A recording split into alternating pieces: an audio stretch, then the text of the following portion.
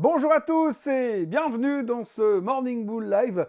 Nous sommes le 1er avril 2025. Je vais vous faire gagner du temps. Il n'y a pas de poisson d'avril dans cette vidéo. Je veux bien me déguiser en reine à Noël ou en ours pendant les mois de crash, mais pas en poisson, pas en poisson. On est là pour parler sérieusement de finances et pas pour faire des blagues. Enfin, surtout pour parler de finances. Pour ce qui est de sérieusement, on va voir plus tard. Mais en tous les cas, ce qu'il faut retenir, c'est que nous avons donc bouclé le mois et le trimestre en même temps. Maintenant, on peut passer à la suite, on peut passer à autre chose. Alors, quand on voit les mouvements de marché, on peut largement se dire qu'on n'y comprend plus rien et que le marché est devenu complètement bipolaire. On va donc tenter de décoder tout ça et je vous ai également à la fin de cette vidéo préparé un résumé de ce qu'on attend pour demain, ce qui vous aidera sûrement à briller en société et à montrer que vous savez. Donc on attaque tout de suite, juste après le générique.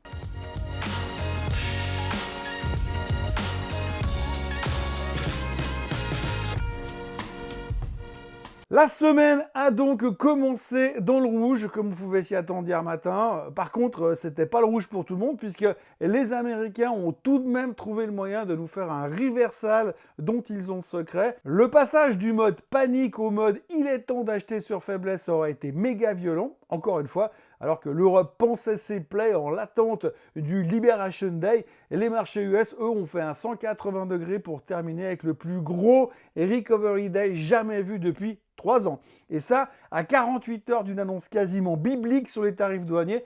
En résumé, c'est soit la plus grosse arnaque du siècle, soit c'est un coup de génie de la part des investisseurs. Alors le plus compliqué dans cette histoire, c'est de comprendre pourquoi le marché a tourné la veste comme ça, juste au fond du trou, sans aucune raison. Non, parce que tout le monde a bien compris que les Européens sont terrorisés par les annonces qui pourraient être faites par Donald Trump demain, sachant qu'ils sont quand même juste en première ligne. Mais par contre, du côté des Américains, quand on mesurait la peur qui planait sur Wall Street dimanche soir et lundi matin, on peut quand même être un tout petit peu surpris de la séance d'hier. Enfin, moi je dis ça, je dis rien. D'ailleurs, moi, je suis surpris. On peut donc imaginer plusieurs scénarios. Par exemple, celui qui dit que les indices ont été testés de nouveau plus bas à court terme et que les cassures techniques n'ont pas été suivies par des ventes massives et qu'en plus, on était le dernier jour du trimestre. Donc du coup, pas mal de monde en a profité pour nettoyer certains portefeuilles et prendre les profits sur les shorts. On peut peut-être aller creuser dans cette direction. Mais en revanche, il faut bien avouer que la théorie du « on a vu la capitulation, donc on rachète » est un tout petit peu tirée par les cheveux. Pourtant, elle existe, j'en ai vu 2-3 articles ce matin. Le problème, c'est que parler de capitulation quand le VIX fait des pics à 24,8%, ça me paraît quand même aller un petit peu vite en besogne. Enfin, bref, on va pas se prendre la tête. Toujours est-il qu'hier, après avoir fait un nouveau plus bas à 5486, soit quelques points sous le support technique et psychologique des 5500, le S&P 500 est reparti à la hausse comme si on était le lendemain de Liberation Day et comme si Trump était déjà revenu en arrière sur les décisions qu'il va nous annoncer demain. Même si la clôture américaine en terrain positif en a surpris plus d'un, il faut tout de même reconnaître que le bilan du trimestre n'est pas terrible. Le S&P 500 a quand même perdu 4,6% depuis le 1er janvier. Et un trimestre pourri comme ça, on n'en avait plus vu depuis les 3 premiers mois de 2022. On avait pourtant bien commencé l'année avec des grandes espérances vis-à-vis de l'arrivée de Trump. Et puis, on a très vite été refroidi par l'utilisation diverses et variées des tarifs douaniers à toutes les sauces, y compris les sauces piquantes. Vous ajoutez à ça le consommateur qui commence à perdre confiance, voire même à douter. On y rajoute un soupçon de crainte lié aux politiques protectionnistes de Trump, et vous ne tarderez pas à voir arriver les stratégistes qui vous parlent de stagflation ou de récession. Pourtant, je me souviens, il n'y a pas si longtemps que ça, si vous aviez eu l'outrecuidance d'aborder un des deux sujets, stagflation ou récession, vous risquiez facilement l'internement psychiatrique. On voit bien qu'aujourd'hui, l'investisseur, l'analyste, le stratégiste et le gars qui va chercher les cafés à la machine pour les 3 précédents ont tous tendance à avoir des humeurs et qui varient avec le vent, mais aussi plus vite que les rumeurs sur les tarifs douaniers. La seule chose à laquelle on peut encore se raccrocher aujourd'hui, c'est que lorsqu'on se penche sur les statistiques du passé, parce qu'on aime bien se pencher sur les statistiques du passé quand on ne sait plus, on se rend compte qu'en général, quand on a un premier trimestre pourri comme celui qu'on vient d'avoir, le second est généralement meilleur. d'ailleurs. C'est rassurant, on sait tous que la finance n'est pas une science exacte, mais c'est rassurant quand même. On a donc vécu un reversal de derrière les fagots et nous sommes passés de « on va tous mourir mercredi » à « oui, mais si on meurt pas, c'est peut-être l'opportunité d'achat d'une vie ». C'est vrai que quand le Nasdaq se prend 15% dans les dents en 6 semaines, c'est qu'on a quand même anticipé pas mal de choses. On sait que l'économie ralentit, on sait que l'emploi ne va pas bien, même si on n'aime pas trop le dire, on sait que le combat contre l'inflation va durer encore un petit moment, et finalement on sait que si la Fed baisse 3 fois les taux cette année, on pourra s'estimer heureux, voire plus qu'heureux, voire hyper content. On peut donc assez facilement se dire, bien sûr à moins que Trump colle des tarifs de 100% à la planète entière demain matin, que le marché a anticipé pas mal de choses.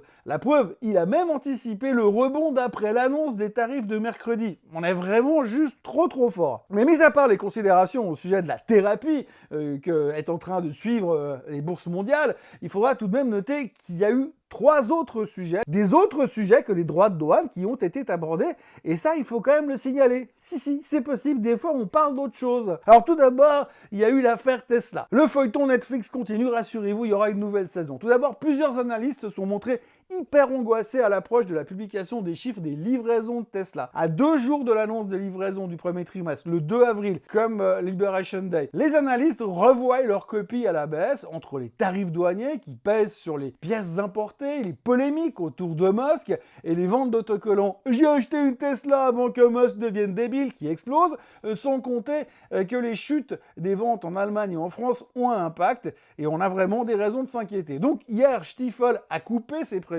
de livraison de 23%, Baird et Wedbush ont fait pareil, pas de 23%, mais ils ont suivi le mouvement. Et même le plus bull des bulls, Dan Ives, s'attend à un trimestre profondément déprimant. Pourtant, tous restent quand même globalement positifs à moyen terme, comme s'ils cherchaient encore une lueur dans la lumière des phares. On a un consensus de 377 000 voitures livrées, mais le marché se contenterait largement d'un 360 000. Plus bas, ça risque de rallumer le feu sous les fesses d'Elon Musk.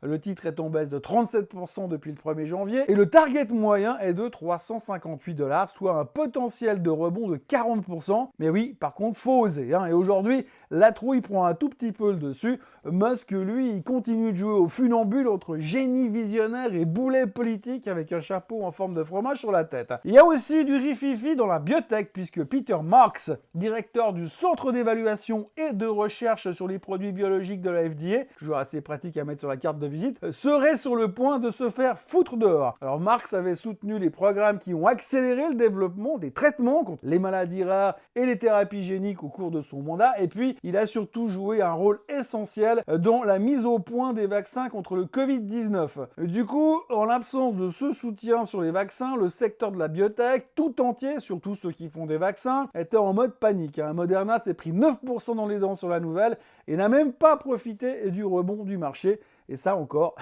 c'est un effet de la politique de Trump, sans aucun doute. Et puis alors, la petite IPO sexy du jour, Newsmax, 4e chaîne câblée aux États-Unis, la mieux notée et un peu conservatrice dans la mouvance trumpiste, a été mise en bourse hier, pricée à 10$, elle a clôturé à 83,50 en hausse de 735%. Et elle prenait encore 17% after close. Mais il n'y a aucune manipulation. La taille de l'IPO était microscopique et le flottant pathétiquement bas.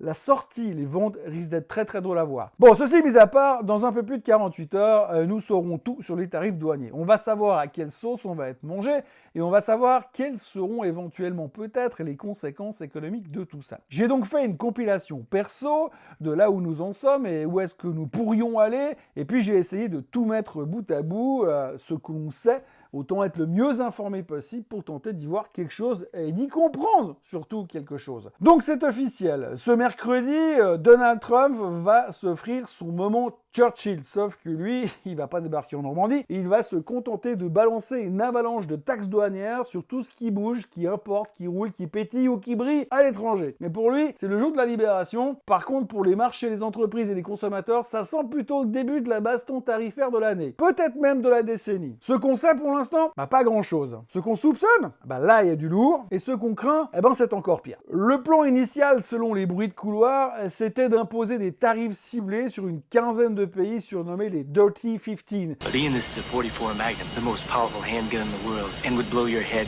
clean off. C'est très Inspector Harry dans l'esprit et les méthodes sont assez proches du personnage de Clint Eastwood. You're thinking, did he fire 6 shots or only 5? Mais dans le monde merveilleux de Trump, les scripts bien écrits ne tiennent que très rarement plus de 48 heures. Donc dimanche soir à bord d'Air Force One, Trump a lâché une bombe dont il a le secret puisqu'il a déclaré « Mais pourquoi seulement 15 pays ? On va commencer avec le monde entier et ensuite on verra bien. » Autant dire que depuis là, tout le monde y va de sa propre spéculation. Le Wall Street Journal parle déjà d'un tarif unique et universel de 20% sur tout ce qui rentre aux USA sans aucune distinction. On met tout le monde dans le même panier. Le concept du tu me taxes, je te taxe semble avoir dégénéré en on tire d'abord et on causera plus tard. Encore une fois, méthode Inspector Harry, je vous dis. Listen, punk. To me, you're nothing but dog shit, you understand? Et puis, Peter Navarro, le conseiller économique en chef, a d'ailleurs commencé à balancer des chiffres. Il parle de 100 milliards de recettes sur les voitures importées, de 600 milliards par an avec les nouvelles taxes, soit 6 000 milliards sur 10 ans. Après, on peut aller plus loin, hein, ça fait beaucoup de milliards aussi sur 100 ans. Bref, c'est le jackpot, sauf que, oui, sauf que les économistes, eux, sont nombreux à hausser un sourcil, voire 2 sourcils. Non, parce qu'il faut bien comprendre que plus tu taxes, moins tu importes, donc moins tu récoltes. Et si les produits étrangers deviennent trop chers, les Américains, forcément, ils vont acheter moins. Et s'ils achètent moins, les marges des entreprises vont fondre et les bénéfices vont partir en vrille et les marchés devrait se péter la figure. Et puis sur le terrain, surtout, c'est une panique aussi, une panique modérée, mais une panique quand même. Les entreprises sont en train de se ruer sur les stocks pour passer entre les gouttes avant la date butoir des tarifs. Résultat, les ports sont en train de déborder, les entrepôts explosent et personne ne sait vraiment ce qui est taxé et ce qui ne l'est plus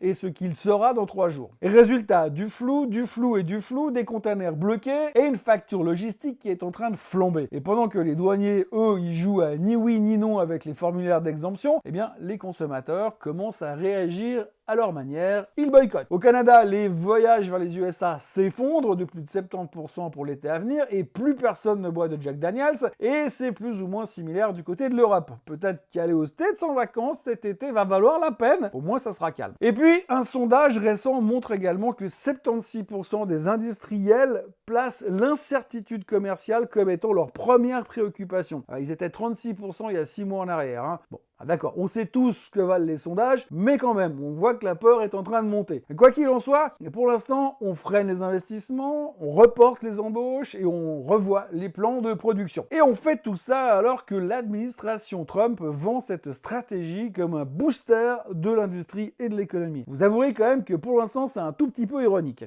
Les économistes, eux, parlent maintenant ouvertement de stagflation, ce fameux cocktail empoisonné de croissance molle et d'inflation galopante, on en a déjà parlé beaucoup ici, et du coup, à ce stade de réflexion, on commence à se demander si le plus grand danger, ce serait pas l'effet domino. La baisse de la consommation, la chute des marges, l'incertitude généralisée, désinvestissement, montée de la défiance, et sell-off mondial, récession, crash boursier, faillite en cascade, et j'en passe et des meilleurs. En tout cas, ce mercredi, Trump espère nous vendre du rêve avec son Liberation Day, mais sous le feu d'artifice verbal, la réalité est un cocktail explosif d'incertitude économique, de stratégie floue, de réactions en chaîne et de marché sous pression. On va dire que ça pourrait marcher, peut-être pas tout de suite, mais sur le moyen long terme, ça pourrait aussi exploser en vol et emporter tout le reste avec. Mais au-delà de l'aspect économique des choses, on peut surtout se demander comment le marché va prendre les choses. Parce qu'à la fin, ce qui compte, en tout cas pour nous, à Wall Street, c'est la performance de l'année, pas les considérations et les réflexions secondaires de Main Street. Enfin, jusqu'à que Main Street descende dans la rue. La bonne nouvelle, c'est que demain, au moins, on y verra plus clair et on fera moins de spéculation. En attendant, on va pouvoir s'occuper du PMI manufacturier en France, en Allemagne et en Europe. Il y aura aussi le CPI européen aux USA.